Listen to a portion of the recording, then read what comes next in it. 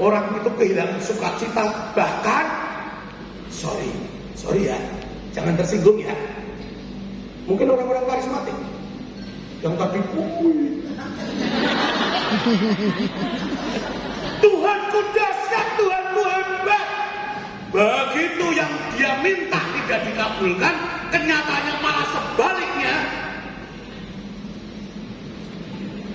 Tuhanku dahsyat sebelah mana? Betul? Banyak. Kalau dia kehilangan sukacita, kehilangan harapan. Ya, kenapa? Karena dia berpikir keinginan. Banyak dari kita doanya itu menurut keinginan. Ya Pak ya? Belum kawin, novena, suami. Bunda Maria kasih suami.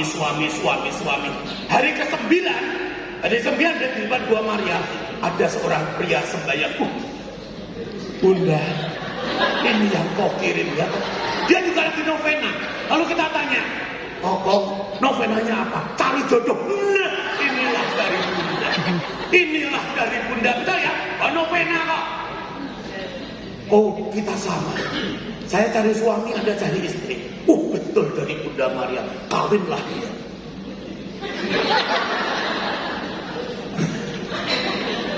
Satu bulan pertama, luar biasa. Waktu kawin lepasin balon, lepasin merpati. 1 bulan, 2 bulan, mulai, ya toh? Piring terbang, betul? 1 tahun, handphone terbang, betul? Wah, ternyata dia males, dia begitu jelek. Ini doa lagi sama Bunda Maria. Bunda Maria, ini bisa diretur apa enggak? Lalu doanya bilang, Bunda, perkawinanku tidak bisa dibatalkan, maka cepat-cepatlah panggil dia supaya selesai. Bunda Maria bingung, lah kamu tuh minta apa? Betul? Permintaan kita berganti-ganti. Dong saya rumit. Bapak Ibu pernah lihat petinju? Petinju, kalau mau naik ring, dua-dua Katolik, petinjunya gimana? Doanya apa?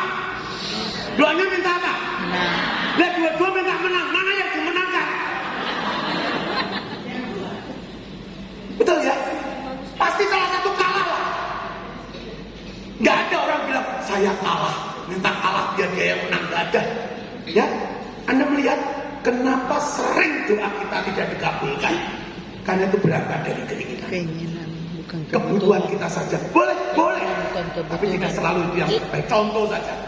Saya sebelum pandemi, sebelum mengajar, saya punya cabang toko di Jakarta.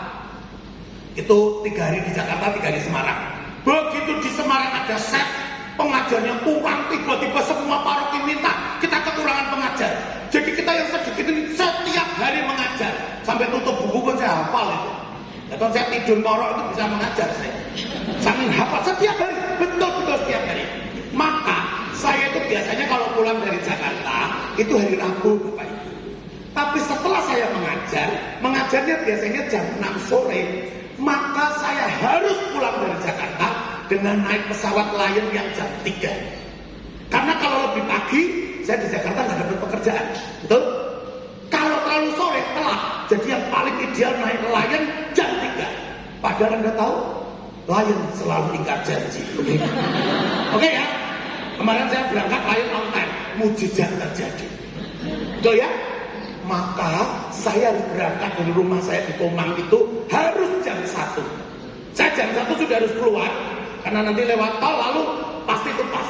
Di sepanjang jalan saya doanya apa? Jangan delay. Begitu delay, saya telat mengajar. Betul? Dan nanti kalau tidak delay, puji Tuhan, gitu ya. Itu kalau pas on time. Suatu saat saya banyak urusan nggak beres-beres sehingga saya nggak bisa tinggal kerjaan. Baru keluar setengah 2, usul. Saya sudah panik. Jalanan macet lagi. Doanya apa? Semoga delay. Tuhan bingung, kamu tuh minta on time apa delay? Betul ya? Padahal mungkin di bandara banyak orang bilang minta on time. Coba itu Tuhan harus ikut yang mana? Betul?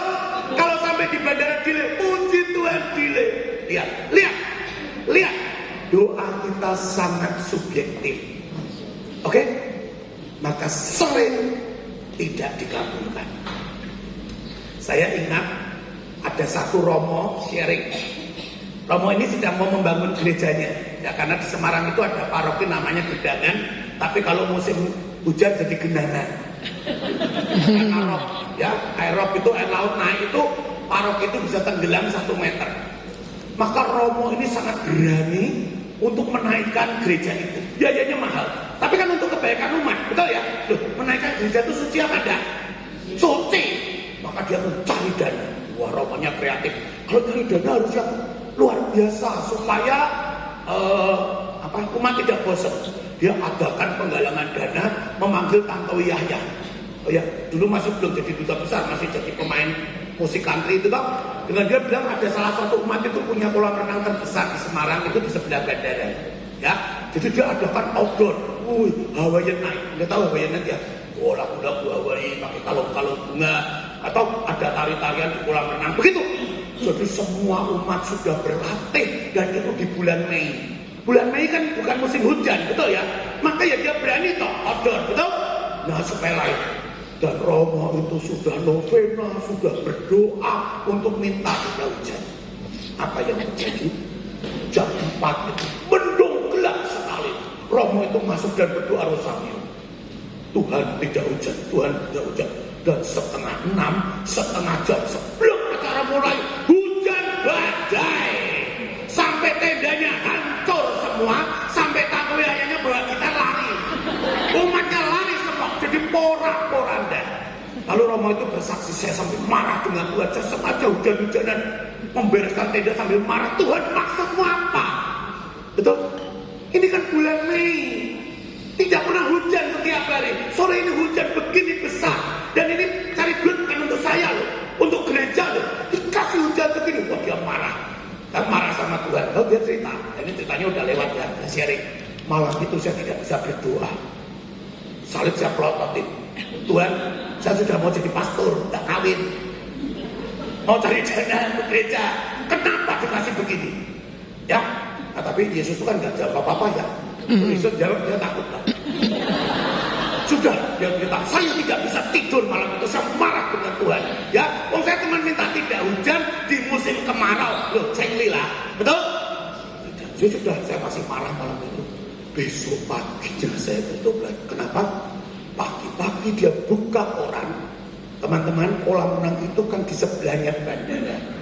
Dia buka koran, dia bilang, bersyukur karena ternyata di jam yang sama ada satu pesawat udara, saya tidak tahu, lupa saya pesawat apa, itu gagal mendarat, tergelincir, tapi puji Tuhan tidak meledak karena hujan badai. Dan di dalamnya ada 50 orang biksu yang ikut pesawat itu yang mau ke Borobudur untuk Waisak.